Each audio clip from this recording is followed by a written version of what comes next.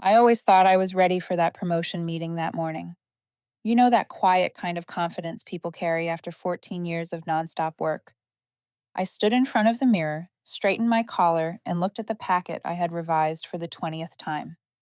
The presentation for the Chief Operations Director role, or as Brent liked to say, the position that would push Pulse Vista into the speed era. I had done everything possible to make him see I was the only one steady enough and sharp enough to keep this chaos running. But trusting your ability to read a chief executive officer is like believing the hallway coffee machine will not jam on the most important day of your life. In other words, always a mistake. Pulse Vista's office that morning was filled with cold white light and the overdone perfume drifting out from marketing. A mix of ambition, caffeine, and a desperate obsession with brand youthfulness. Honestly, this 14-year-old company now looked like it was pretending to be 21, the way a middle-aged man goes to the gym once and immediately buys a tank top. I walked past posters shouting, "Think bold, move fast," with photos of young employees sprinting with laptops. I had been here since day one, back when Pulse Vista worked out of a temporary office with plastic folding tables, and now people walk past without even recognizing me. A few new hires glanced up the way you look at a delivery driver who punched in the wrong floor. Conference room 3 was at the end of the hallway. I could hear Brent inside, his voice ringing with the kind of confidence possessed only by men who have never been denied anything. I took a breath, placed my hand on the door handle, and stepped inside. The first thing I saw was not Brent's face. He did not even look up, just kept scrolling on his iPad like he was ordering lunch. Lydia stood beside him, arms crossed, radiating the kind of staged confidence you only see on people who rehearse their poses.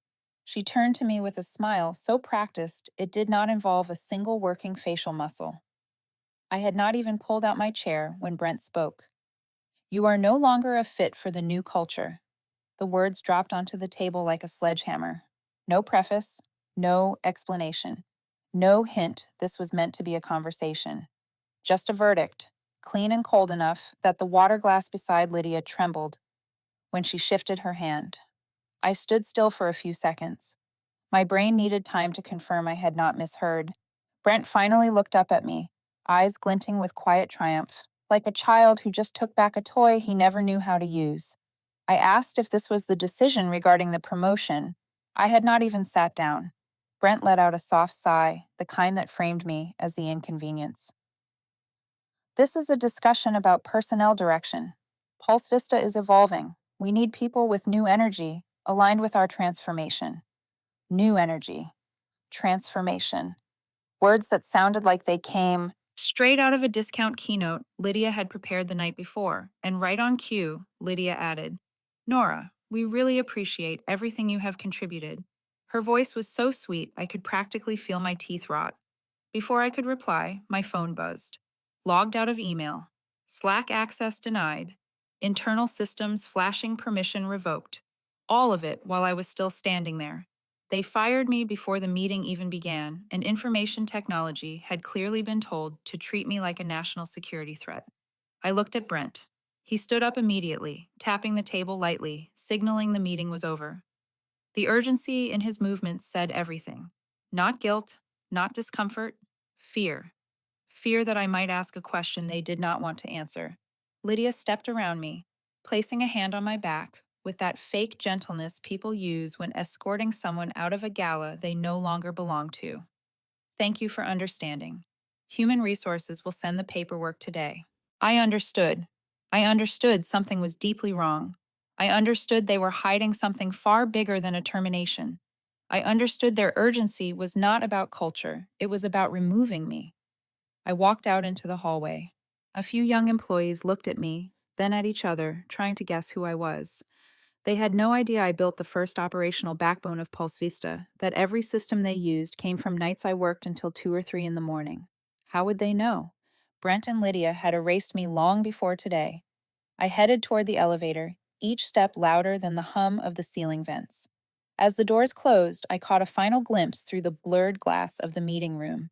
Lydia smiling. Brent was leaning against the table like a man convinced he had executed a flawless plan. They thought so. I had been pushed out of the very creation I built from nothing. But what they did not know was this: my name still lived at the root of Pulse Vista. I left the Pulse Vista building that morning feeling like I had just been thrown off a train. I had been the one to oil, align, and push it into motion. I stood in the parking lot for a long moment, not sure whether I was trying to breathe or trying to swallow the tight knot lodged in my throat. Strangely, the image that came to me was not Brent's face or Lydia's stage smile. What I saw instead was the very first room we ever worked in, 14 years ago. A shabby room in Tacoma where the floor still smelled damp from weeks of rain. The walls were a pale yellow, stained and peeling like they were trying to tell stories from every tenant before us. We rented it month to month, and the rent was so cheap I almost asked the landlord twice if he had written the number wrong. Our desks were two plastic folding tables. The chairs did not match, some taller, some shorter, one squeaking whenever you turn, another missing a chunk like a mouse had taken a bite. The heater roared like an airplane engine and shut off whenever it decided it needed a break. But we believed it was the start of something big, or at least I believed it. Brent, back then, was different. Or maybe I just thought he was. He had just left his old company after a scandal, which he described with the phrase, "everything was just a misunderstanding that came with a clause preventing him from putting his name on a new business for a while. When Brent said it, he said it lightly, the way you might mention you forgot to buy toilet paper. Just a small issue, something that would change in a few months, he said. He placed the business registration documents in front of me, slid the pen across the table, and leaned back as if the entire universe was waiting for me to decide whether I would sign my way into my own future. I remember the way he looked at me, a strange mixture of hope, flattery, and desperation. I had worked with Brent on a few previous projects. I knew he was smart, visionary, and exceptionally good at making other people believe in that vision. I thought I was standing in front of a real opportunity, so I signed. Not because I was naive, I signed because I believed the dream belonged to both of us. I believed my trust would be met with decency. Those early months of Pulse Vista felt like survival training in the woods, except instead of tents and machetes, we had old laptops and weak coffee. I built every piece of the operational backbone. I created client tracking sheets, service standards, internal handbooks, complaint handling procedures, and even invoice instructions that Brent never bothered to read. I asked questions, fixed errors, connected software, wrote documentation, and cleaned up everything he left behind. No one asked me to do it. It was because without me, Pulse Vista would have died by week 3. And Brent did what Brent always did best. He persuaded. He told the Pulse Vista story so boldly that people forgot our office did not have a fire extinguisher and that the bathroom needed 2 flushes to work. Brent was the kind of person who could talk about the future of automated data systems while still not remembering how to reset his own email password. But people loved him. He was the flame, and I was the stove keeping that flame alive. And the truth is, I did not need the spotlight. I only needed the company to function. We started getting clients, then more, then our first contracts. And then came the day Pulse Vista had enough employees to fill a real conference room instead of 3 tables pushed together. Everything grew so fast that I never noticed one thing. Brent had begun treating everything I did as a given. The strategies I drafted, the reports I built, the systems I created slowly became the floor everyone walked on without ever asking who poured the concrete. I remember an important investor meeting in the second year. I prepared all the deployment plans, timelines, and workforce projections. Brent stood in front of the investors and read that presentation as if it had sprouted fully formed in his mind. When he finished, an investor shook his hand firmly and said he was a natural strategist. Brent just smiled, thanked him, and completely forgot to turn around and introduce me. The one gathering the papers like a background assistant. That was the first time I felt myself being pushed into the dim edges of a story I had written from page 1. The promise of transferring ownership. We talked about it from time to time, the way you remind yourself to call a plumber. Every time I brought it up, Brent said, "Right, we need to do that. Next week." But next week always had a new urgent project. Then, new investors. Then restructuring. Then rebranding. And slowly the promise slipped away like a note blown under a desk. I assumed it was carelessness. I wanted to believe that. I wanted to believe that in his heart, Brent still saw me as a co founder, not a shadow. But 14 years later, standing in that conference room, hearing him say, "You are no longer a fit for the new culture," I finally saw the truth I should have seen long ago. I gave my trust to protect our shared dream, but he used that very trust to kill the dream that was mine. If someone asked me when things first slipped off the rails, I would probably say it never happened in a single moment. It was more like a rope slowly fraying over time. One strand snaps and no one notices, but by the time you do, the whole rope has rotted through, and one pull is enough to break it in half. I started noticing something strange with my internal accounts about 6 months before the day I was fired. Software I used to configure, documents I once had permission to edit, suddenly required high level access. That level used to belong to me. Now it displayed a message telling me to contact the administrator for approval. As the administrator being the information technology team, I once taught how to set up the system when Pulse Vista first moved to the cloud platform. At first, I thought it was a mistake. One time, I tried opening the staffing coordination sheet I had created, the one I knew line by line because I had written every cell myself. But the screen only showed an alert saying your access is restricted. I assumed it was temporary and submitted an information technology ticket. 2 days later, the ticket was closed without a single response. The feeling was strange, like standing in front of your own door and realizing your key no longer fits the lock. Then something else happened. A major strategy document I had worked on for 2 weeks, with dozens of pages of analysis and a detailed deployment roadmap, was sent to the investor group. I accidentally saw a PDF copy of it in a shared folder.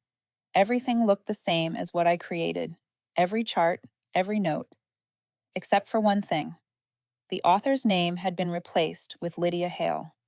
I sat there for a few minutes in silence. Seeing her name on my document felt like hearing someone claim they had raised your child since birth. So absurd, I did not know whether to laugh or question my own senses.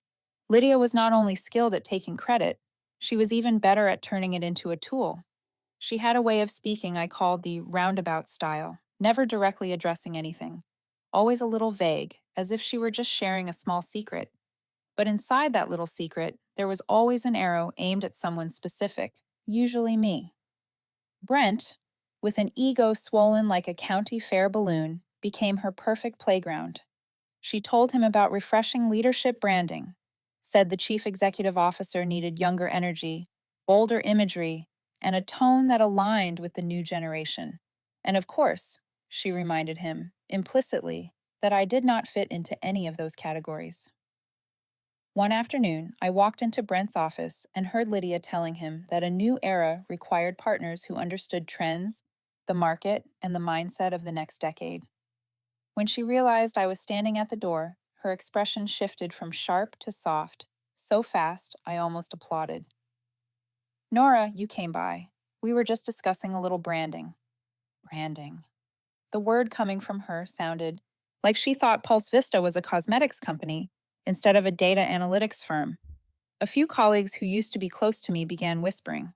One senior engineer caught up to me in the hallway and quietly said Brent was preparing a restructuring, that some senior positions were being reviewed. But when I asked who he heard it from, he immediately shook his head and begged me not to repeat his name. Everyone seemed afraid to speak aloud what they all seemed to suspect. The interesting part was that around the same time, Lydia suddenly became unusually friendly with me. She invited me for coffee, asked what I thought about the new strategy, and asked whether I had any forecasts for the next quarter. Her smile and her eyes made it seem like she genuinely cared about my perspective. But every question felt like she was probing how much I knew and whether I sensed anything. One morning, she asked why I had not shown up for the strategy meeting. When I told her I had never received an invite, she shrugged, as if it was perfectly normal. But I saw a faint spark of satisfaction in her eyes, the kind of satisfaction people feel when they think they have just scored a point in a game only they know the rules to.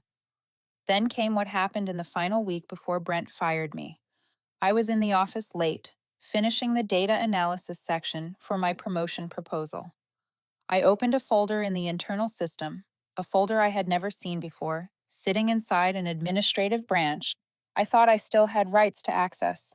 I clicked on it and instantly knew I had opened something I was not meant to see. The folder was titled Phase Out Plan. I opened the first document. My heart skipped a beat. Inside was a list of roles no longer aligned with the new direction, along with the recommended replacement timeline. And near the bottom of the list, my name was there, short and cold, proposed by Lydia Hale. Temporarily approved by Brent Jacobs. I remember leaning back in my chair, feeling as if someone had yanked the ground out from under me. Not because I was listed for removal, but because of the timing. The document had been created 4 months earlier. I had been removed from Pulse Vista long before I realized it. I was simply the last person to know. That was the first moment I understood this was not about culture change, not about carelessness, not about misunderstandings. It was a plan, a long-term, deliberate plan with timelines, intention, and beneficiaries. And that plan began the moment Lydia stepped into Pulse Vista and Brent let her sit closer to the spotlight than the people who had laid the very first stones. I do not remember how I drove home that day. The whole ride felt like it passed through a thick layer of fog. When I opened the door to my apartment, the first thing I saw was the white Pulse Vista Year 1 mug on the kitchen shelf. It had aged a lot since the day we received it, but seeing those words brought 14 years of work rushing back like a cold wind. I picked it up. The rim was a little dusty, probably from months of being forgotten. Back then, I thought that mug would be a keepsake of a successful beginning, something I would one day show new employees to mark the year Pulse Vista started its journey toward becoming a major company. Instead, now it looked more like proof of how deeply I had trusted the wrong people. I set the mug on the counter and sat down. And that was when the tears came. Not the dramatic kind from television dramas, just heavy drops falling too slowly, as if even my body was too tired to cry faster. In that moment, I heard my mother's voice. I remembered her standing in the small kitchen in Spokane, drying dishes, her tone soft but firm. Do not let other people define your worth, especially the ones who have no idea what it took for you to get here. I had nodded back then, not fully listening. But today, that sentence returned like a blade to the exact spot it needed to hit. I opened my laptop. At the very least, I wanted to send a farewell email to the people I respected. I wrote a few brief lines, no bitterness, no complaints, just gratitude. Send. A notification appeared. Message blocked by administrator. I tried again. Error. I tried sending a copy to my personal email. Still an error. The system I had helped build now refused even my goodbye. Interesting, I thought. Even the last trace of me at Pulse Vista was being erased with a single key command. The next day, I went back to the office to collect my things. I chose midday, hoping not to run into anyone.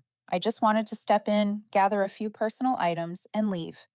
But when the elevator opened on the 12th floor, I heard Lydia's voice echoing from the large conference room. I meant to walk past, but the reflection of a slide through the glass made me stop. I recognized it instantly. It was the strategy report I had written. The layout, the charts, the descriptions, all mine. Now presented by Lydia, her voice smooth and confident, as if the entire plan had come from her own mind. I leaned against the wall. Listening to her say we propose, we analyzed, made me feel both amused and bitter that we had never included me. When the meeting paused, Eric, one of the longtime employees, stepped out. He looked startled when he saw me, then walked over. You came back to pick up your things. His voice was so small it sounded afraid of being captured by a camera. I nodded. Everything moved faster than I expected. Eric looked around, then spoke quietly, each word careful. Please do not mention that this came from me. There is a rumor that the ownership. Documents were never updated from day one. Someone said on paper, there is only one name. A chill ran down my spine. I tried to keep my voice steady. Which name? Eric shook his head. I do not know. Just something the old legal team used to joke about. They said Pulse Vista technically belonged to a ghost. People laughed back then. Now, I do not find it funny anymore. He gave my shoulder a quick squeeze and walked away, leaving me standing in the hallway with cold hands. I went back to my office, put a few things into a box. Every item I touched reminded me of the days when I still believed Brent and I were a team. As I left, I passed the conference room again. Lydia was inside, smiling at a group of people nodding enthusiastically at her presentation. No one knew the real author was passing by outside, carrying a cardboard box, like someone leaving their own funeral. That evening, I returned to my apartment. I opened my laptop again, this time not to send an email. I went to the Washington Business Registration site, typed Pulse Vista. The information loaded quickly. The company was still active and good standing. But when I clicked the section for registered agent and owner, the system requested elevated access. Some files were hidden, others required verification documents, as if the system itself was standing between me and the truth. I did not know what I expected to find, but something about all of it felt too familiar, too logical. If the records had never been updated, if my name were still there, then what Brent had done was not just betrayal, it was a legal violation. I sat for a long time, staring at the pale glow of the screen. I thought about 14 years of nonstop work, the processes I built, the projects I saved, the nights I stayed until 2 in the morning, just to keep Pulse Vista from collapsing the next day. And then I thought about the moment Brent looked at me and said I was no longer a fit for the new culture. Maybe I had stayed silent for too long. I opened my phone contacts, scrolled to the bottom, Grant Mercer, the only lawyer I had ever trusted back when we started the company. I hesitated for a moment, then pressed call. His voice came after 3 rings. Nora, it has been a long time. Pulse Vista is still smooth sailing. I laughed. A dry, strange sound even to my own ears. Grant, I think I made the biggest mistake of my life, and maybe it might be the biggest mistake they ever made, too. There was a brief silence on the other end. Then Grant said, "Come to my office tomorrow. We will go through everything from the beginning." Mistakes like these, they always leave a trail. For the first time since I was fired, I felt myself breathe fully. Not because things were easier now, but because I knew I had crossed the point of no return. From here forward, I would no longer be erased from my own story. I went to Grant's office the next morning, still unsure whether I wanted to hear what he was about to tell me or turn around and run. The old building looked the same as it had 14 years ago, except I was no longer the woman who believed everything big began with trust. Still, I rang the bell. Grant opened the door. He looked a little older, but his eyes, sharp and steady, still made me feel like he could see into the parts of myself I avoided looking at. "Nora, come in. Today is going to be a long one." I sat in the familiar chair beside his desk. Grant said nothing more. He walked to the safe in the corner, entered a code, and turned a key. The sound of metal unlocking felt like the lid of my past cracking open. He took out a white folder and placed it in front of me. Articles of Incorporation. I saw my name printed clearly beside the line owner of record. Grant tapped the top of the first page. "This is the document you signed 14 years ago. And I should be direct. No transfer of ownership was ever filed after that." I stared at him, thinking I must have misheard. None. No updates at all. Grant flipped through the documents. Address changes, business activity updates, and legal notice recipients. But the ownership section, nothing. No amendments. The name Nora Hale. Ownership. 100%. The air seemed to thicken. I remembered signing it back then, but I assumed Brent had handled the updates long ago. I never asked. He never mentioned it. My mistake, certainly. But the silence, the choice to ignore it, belonged to someone else. Then how did Brent sign contracts all these years? Grant opened another stack of files. "These are contracts with major partners from the past 8 years. Under the bylaws you signed, any transaction above a certain threshold requires the signature of the legal owner. You did not sign. You did not grant authorization." He looked directly at me. "That means many of these contracts fall outside Brent's legal authority." I leaned back, chest tightening as if someone had kicked me. "Those contracts, could they be invalid?" "Not exactly," Grant said. "If both parties perform without objection, courts rarely overturn them. But if anyone digs, or if there is an internal dispute, this is a significant legal vulnerability, large enough to terrify Brent." He handed me a printed email. "Here, a partner requested signature verification 2 weeks ago. They compared the company registration records with the signature Brent provided and saw a discrepancy. I stared at the email. The language was polite but sharp. Please confirm the legal authority of the signer. And Brent's response. He claimed they were waiting for an updated ownership document. Grant said. But there is no such document. Images flashed through my mind. Brent slammed his hand on the table when employees made mistakes. Lydia was standing behind him with a soft, fake smile.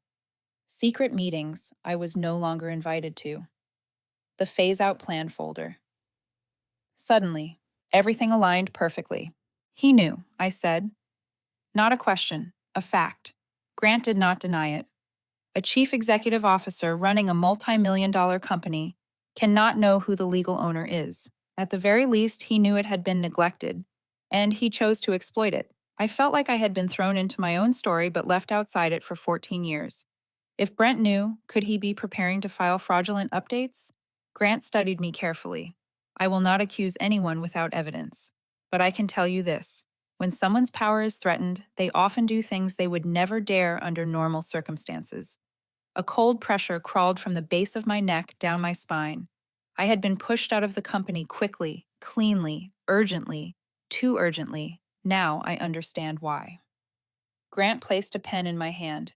Before Brent does anything harmful, you need to act first. I looked at the pages with my name on them. I remembered Brent firing me, unable to meet my eyes. Lydia was behind him with her practiced, sorrowful smile. They believed I would disappear. They believed I would bow my head and vanish. I took a breath. I do not want revenge, Grant. I want the truth put back where it belongs. I want my voice returned to the story I wrote from the beginning. Grant gave a small smile. I have prepared a request for ownership review with the State Business Authority. Once you sign, they will open an investigation into Pulse Vista's ownership status and signing authority. I looked at the document. It was not thick, not impressive, not decorative. But it carried the weight of 14 silent years. I took the pen. Signed. Grant nodded and gathered the papers. I will submit this today. Once they receive it, Pulse Vista will be required to halt major transactions. Brent will have to produce the real documents. And when that happens, the truth will reveal itself. I stood, feeling my legs steadier than when I arrived. As I walked toward the door, Grant spoke softly, but the words carried clearly. Nora, you are not taking power. You are simply stepping back into the place that has always been yours. And for the first time in many days, I believed it. I never imagined there would come a day when I would have to plan how to take back the company that was already mine. But that was exactly what unfolded in Grant's office that afternoon. We sat across from each other, the table between us covered with documents, laptops, scribbled notes, and a task list so long it made my head spin. Grant wrote 2 words at the top line: gather evidence. I looked at the list he handed me. Emails, meetings I had been excluded from, strategy documents were stolen, the timing of my access restrictions. Lydia is presenting my slides. The string of suspicious restructurings from the past 6 months. It looked like a timeline of erasure, and once everything was lined up, the intention behind it glowed like red neon. I said I think there will be a few people willing to talk. People who used to be close to me. Grant nodded. But choose the ones who know the difference between loyalty and fear. That afternoon, I contacted several former department heads. They responded in silence at first, then slowly opened up when they learned I was no longer at Pulse Vista. Many admitted that Brent had instructed them not to discuss strategic changes with Nora, because she is not part of the new structure. One said Brent had told him directly that I no longer fit because my thinking was outdated. Another said Lydia had pushed a leadership rebranding effort and claimed Nora's voice does not align with the new vision. I wrote down every word. There was no anger, only the clarity of someone who finally understood she had been pushed out through a long-term, deliberate strategy. Around 7 in the evening, while I was reviewing my notes, my phone buzzed. Unknown number. I answered, and a low, steady voice came through. Nora Hale. I recognized it instantly. Cal Fisher, the largest investor in Pulse Vista. He had never called me directly before. I am here. I just received the investigation notice from the state, Cal said, and I want to confirm something. Is Brent concealing the true ownership status? I looked at the paperwork spread across the table, my name standing out like a resurfaced memory. I spoke the truth, brief but undeniable. Yes. And he knows. Cal exhaled. I knew something was wrong. These past months, Brent has dodged every question about ownership structure. And Lydia, he paused. She has been pushing a leadership youth campaign and has repeatedly recommended to the board that your name be removed from historic documents to avoid messaging complications. I closed my eyes. So that was it. They did not just want me gone, they wanted to erase every trace of my existence. Cal continued, I do not take sides for emotional reasons. I stand with the law, and if you are correct, Nora, then you are not simply the person pushed out. You are the only one with the authority to stop this game. The call ended with a silence that said everything. My chest felt lighter, not because Cal sided with me, but because the truth had finally been spoken aloud by someone Brent could not dismiss. Moments later, Grant texted me. He had reached Sloane Caldwell, the state's corporate oversight representative. She agreed to initiate an urgent audit and would personally monitor Pulse Vista's actions. I looked at the message and whispered to myself, the game has begun, Brent. The next few days passed, with the tension of a trial waiting to start. Grant and I reviewed every document, every old email I had saved. I gathered meeting notes, internal messages, and evidence of gradually restricted access. Everything pointed to the same conclusion. The plan to remove me had been carefully constructed over months, maybe longer. Meanwhile, Lydia seemed to be unraveling. A few former managers sent me messages. She is blaming the legal team for not cleaning the documents on time. Someone said Brent slammed the table in a meeting, demanding to know why the updates had not been filed. That told me one thing. They knew the oversight office was closing in. Then it happened. One night, Grant called me close to 10. Nora, you need to see this. He forwarded an email, sent by mistake, from a Pulse Vista employee I remembered but had barely spoken to. The subject line, urgent cleanup list. I opened the attached file. A list of documents to be cleaned. Notes next to each item. Several entries read, remove older drafts, rename ownership logs, and archive meeting notes for internal restructure. And at the very bottom, a line that chilled my spine. Erase all pre-2015 governance files unless approved by Brent or Lydia. I exhaled slowly. Evidence. Unmistakable. Grant spoke with calm force. This is intent to destroy documents. If we send this to Sloane, they will expand the investigation immediately. I stared at the email for a few seconds. I remembered my back against the wall the morning I was fired. Remembered Brent saying I did not fit. Remembered Lydia smiling behind him. Remembered the silence when my account was locked in front of me. Now everything had an answer. And evidence. I told Grant, send it. If they want things to be clean, then let this be light. On the other end, I heard Grant give a quiet laugh. Good. We just moved 3 steps ahead of them. I looked up at the ceiling, breathing fully for the first time in months. Not because I had won, but because what was coming was not revenge. It was the truth reclaiming its place. Tomorrow Pulse Vista will have to answer. I did not know what was worse for Pulse Vista that morning. The fact that I returned, or the fact that I did not return alone. When the main doors opened and I walked in with Grant and State Inspector Sloane Caldwell, the air in the office felt like someone had unplugged the entire building. Conversations froze mid-sentence. The young hires from the so-called Youth Refresh program stared at me like I was a museum exhibit. The longtime employees simply straightened up, eyes wide as if reacting to muscle memory. I heard whispers. That is Nora. But she was fired. No. Something big is happening. She is here with a state inspector. I walked straight through the workspace. My steps on the wooden floor were steady, like a quiet metronome leading the small storm forming behind me.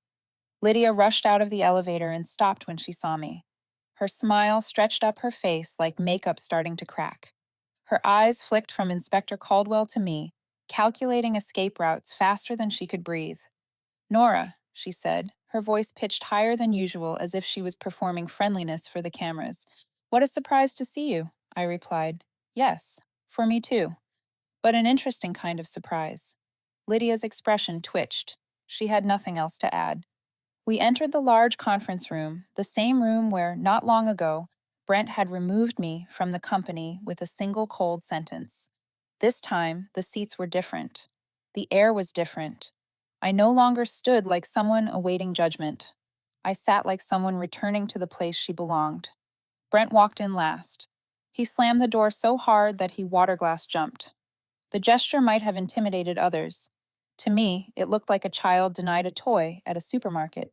He looked at me, then at Grant, then finally at Inspector Caldwell. That look said one thing clearly. He knew this was no longer in his control.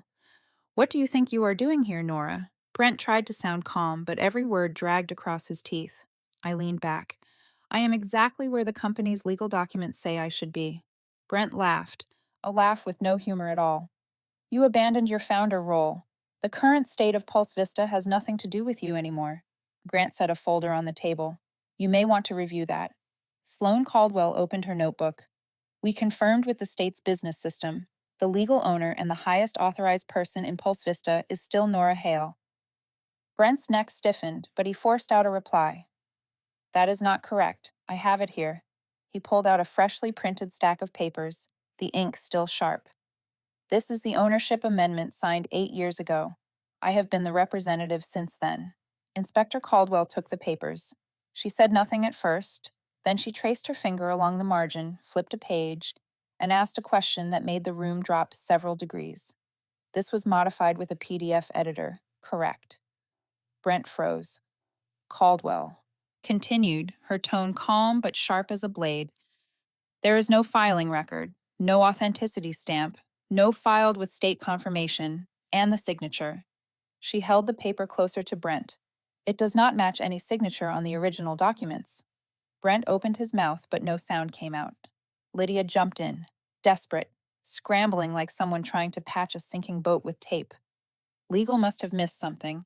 I was not involved in the old documents. I only followed instructions." She did not finish before Caldwell turned to her. "We have evidence that you communicated with at least 3 departments regarding ownership updates, and we have an email requesting adjustments to historical data to align with the new brand direction." Lydia went pale. Her hand tightened on the edge of the table. Her eyes darted to Brent like someone drowning, looking for a surface. Grant opened another document. "This is the misdirected email our office received. The list of sensitive documents to be cleaned. One line reads, 'Erase all governance files pre-2015. Brent slammed his hand on the table. "That was not my order." Caldwell replied, "We will pull server logs, but your statement conflicts with the email sent from your own account." Lydia snapped toward Brent. "You told me this was already handled." Brent shot back, low and sharp. "And you told me ownership had been updated." The room felt like a violin string pulled to its breaking point. The two of them are arguing, blaming each other, both trying to throw the other off the sinking ship first. A board member entered, then another. Within minutes, nearly the entire board was present. They did not speak. They looked at the documents, looked at Brent, whose temper was rising enough to show veins at his temples, and looked at Lydia, whose face was so white even her makeup could not cling to it. I sat still, silent. No need to say anything. Caldwell closed her notebook. "From this moment, we are initiating a formal investigation. All documents, servers, and emails related to ownership structure and signing authority will be sealed. Any interference will be considered obstruction." Brent snapped. "You do not have the authority." Caldwell met his eyes. Section 14, Clause 3A of the Washington State Code. When ownership is disputed, all executive authority is frozen until verification is complete. Would you like me to recite it verbatim? Brent stayed silent. Not because he agreed, because he knew anything he said would make everything worse. I stood. The feeling was strange. Not triumph, not revenge, just clarity. I looked at them and spoke softly. "I did not come back to destroy Pulse Vista. I came back to return it to where it began." For the first time that morning, no one had a response. And in that silence, I knew the rest of the battle had shifted entirely to my side. The board of directors was called in barely 10 minutes after the confrontation. They sat around the table, no one speaking loudly, no one holding eye contact for too long. The air was thick enough to turn into a storm at any moment. Brent stood at the head of the table, trying to maintain the pose of a powerful chief executive officer, but his hands were clenched so tightly the knuckles had gone white. Lydia sat a little behind him, her back no longer straight, her eyes fixed on the table as if she expected an escape route to open through the wood. The chairwoman spoke first. Brent, we need you to explain why no one on this board was informed of the true ownership status of Pulse Vista. Brent swallowed hard, forcing his voice back into something resembling calm. The matter was being handled internally. We believed it was not necessary to bring it to the board until all paperwork was complete. The paperwork was never completed, the chairwoman replied, her voice not raised, but every word hitting with the weight of hammered steel. And according to the documents provided by the inspector, you knew that. Another member, Ms. Rodriguez, leaned forward. A year ago, I asked you about this during the governance review. You told me. She glanced at me, then at Brent. You told me that ownership had already been transferred from Nora to the expanded founding group and that the filing was pending. I believed you. Now I realize I defended a lie. Brent started to speak. I have a reason for. Cal Fisher stood up before Brent could finish. His voice did not need volume. Authority carried it. I will be direct.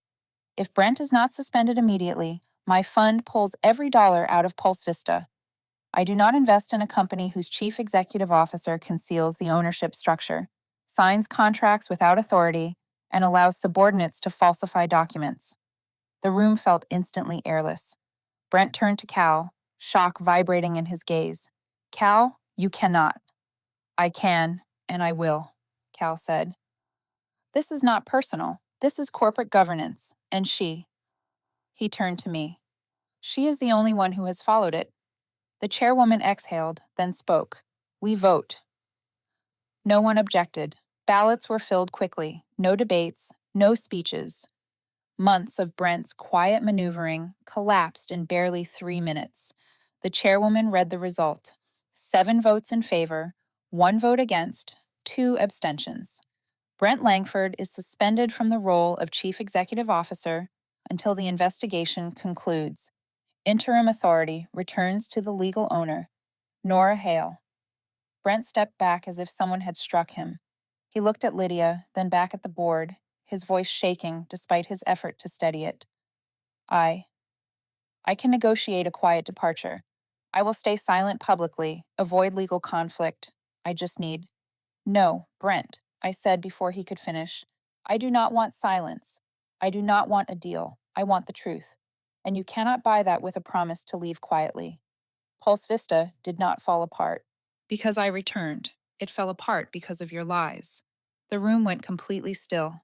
Lydia shifted, trying to speak. I only followed instructions. I did not. She stopped when Inspector Caldwell placed a thick file in front of her.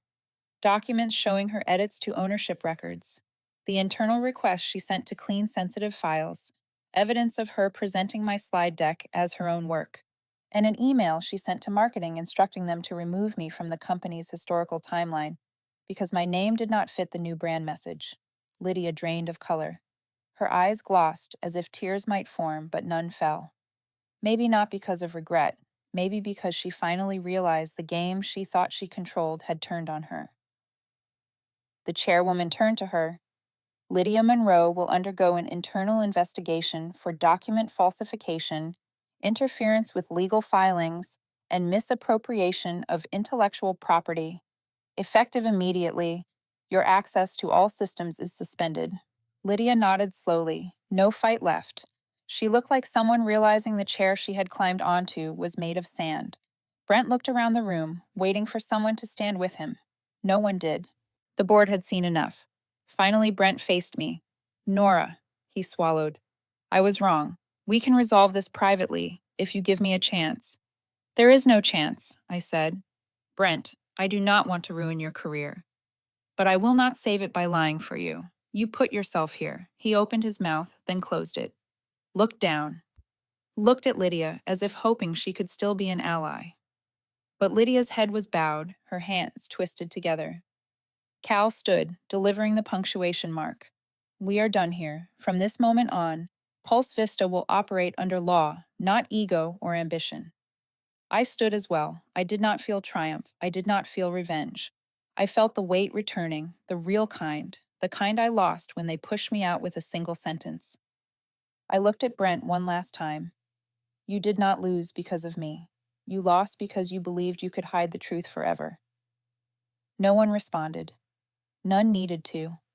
And then, quietly, the way all lies begin to crumble, Brent lowered his head, and Lydia did not dare lift hers.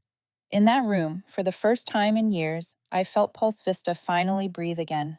I arrived at Pulse Vista on Monday morning, earlier than usual.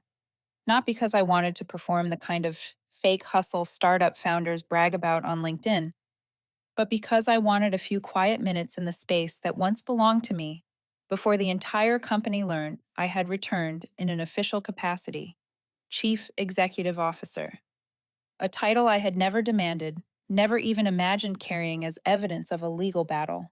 But when I placed my hand on the new nameplate on the glass door, Nora Hale, Chief Executive Officer, I realized it was not a crown. It was a confirmation that the story had finally found its way back to its rightful author. When I opened the door, the office lit up with the soft Seattle sunlight reflecting off the glass walls. Gone was the foreignness I felt the day I walked out holding a cardboard box. Gone was Lydia, drifting through the hallway with her thin smile. Gone was Brent, pacing around to prove he held power. What remained was stillness, and a kind of peace I had not touched once in 14 years. I had just set my bag on the desk when a knock sounded. It was Maria, the longtime receptionist. The last time she saw me, she could not meet my eyes.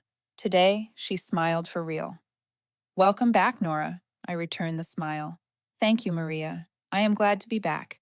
This time in every sense of the word. She nodded, her eyes a little red, as if holding back emotion, then gently closed the door. A small moment, but enough to convince me Pulse Vista had a chance to heal itself. At 9, I held the first all hands meeting. No dramatic music, no flashy slides, just me, standing in the center of the room, looking at the faces that had weathered every rise and fall of this company. I spoke simply. We start again. Not from zero, from the truth. Starting today, Pulse Vista is reinstating the talent development program that Brent cut 3 years ago. I do not need a culture built for show. I do not need values printed on walls that no one understands. I need people. The people who built Pulse Vista from the inside, not the ones hired to look good in a brochure. A few eyes shimmered. I also announced a full, transparent review of the past 5 years of operations, not to punish, to understand where the fractures began. A company is not destroyed by one bad actor. It collapses when too many people choose silence. This time, silence will not be allowed. When the meeting ended, employees lingered. Some shook my hand. Some apologized for not speaking up sooner. I did not blame anyone. Fear can quiet people, but the truth is what allows them to speak again. Back in my office, another knock. A young woman stood there, holding a folder. I recognized her, the intern from last year, who always walked fast and spoke softly, like she did not want to disturb anyone. I just wanted to thank you, she said, her voice trembling a little. 2 years ago, you helped me prepare for my first interview here. If you had not corrected every answer and every typo, I probably would not be here. I invited her in, but she shook her head gently, as if staying too long might intrude. I just wanted to say I am glad you came back, because the company needs someone like you. She bowed her head and left as quickly as she had come. I sat there a long time before breathing normally again. One simple sentence weighed more than any board meeting I had ever faced. That afternoon, we signed the international partnership contract that Brent had signed without authority.